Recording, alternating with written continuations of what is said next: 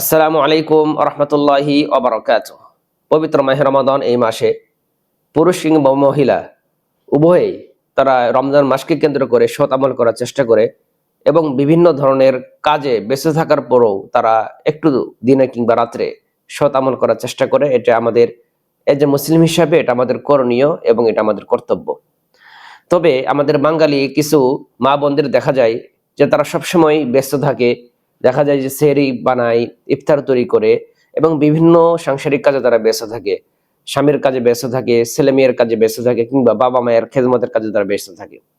এবং তারা এই ব্যস্ত সময় কাটার মাঝে তারা একটু আফসোস করে বলে থাকে যে সারাটা দিন কেটে যাচ্ছে, কোনো ধরনের আমল করতে পারছি না, কোরআন তিলাওয়াত করতে পারতেছি না, বা অলসতার সময় কেটে যাচ্ছে, বা বিভিন্ন ধরনের ইফতার তৈরি করতে, সেহরি তৈরি করতে সময় কেটে যাচ্ছে, কোনো ভালো কাজ করার সুযোগ হচ্ছে না।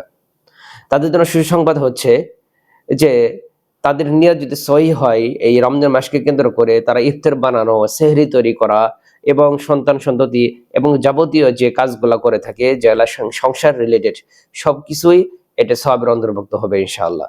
তাই সেহরি তৈরি করা, ইফতার তৈরি করা এগুলাই হচ্ছে সবকিছুই এই রোজাকে সহজ করার জন্য একটা মাধ্যম এবং রোজাকে সহায়ক সবকিছুই একটা রিলেটেড এর ভিতরে অন্তর্ভুক্ত করা হয়েছে। তাই তাদের হতাশার কিছু নেই। তারা যখন সালাতে দাঁড়াবে তারা এটাকে পরিপূর্ণ আনন্দের সাথে তারা যেন এটা মেনে নেই যে আমি যে কাজগুলো করছি এই সবগুলোই হচ্ছে সওয়াবের অন্তর্ভুক্ত, সবগুলোই হচ্ছে ফজিলতের অন্তর্ভুক্ত। তাই রমজান মাস, তাই যাই যেটাই করুক, সেটা যদি সে ভালো কাজ করে, সৎ আমল করে এবং সেটা যদি রোজা কেন্দ্রিক হয় কিংবা ইসলামের রিলেটেড বা ইসলামের সহায়ক বা কাউকে উপকার, সৎ কাজের আদেশ, অসৎ কাজের নিষেধ কেন্দ্রিক কোনো কিছু রিলেটেড যে কোনো বিষয় হোক না কেন, সবকিছুই তার সওয়াবের অন্তর্ভুক্ত হবে ইনশাআল্লাহ বিইজনিল্লাহ।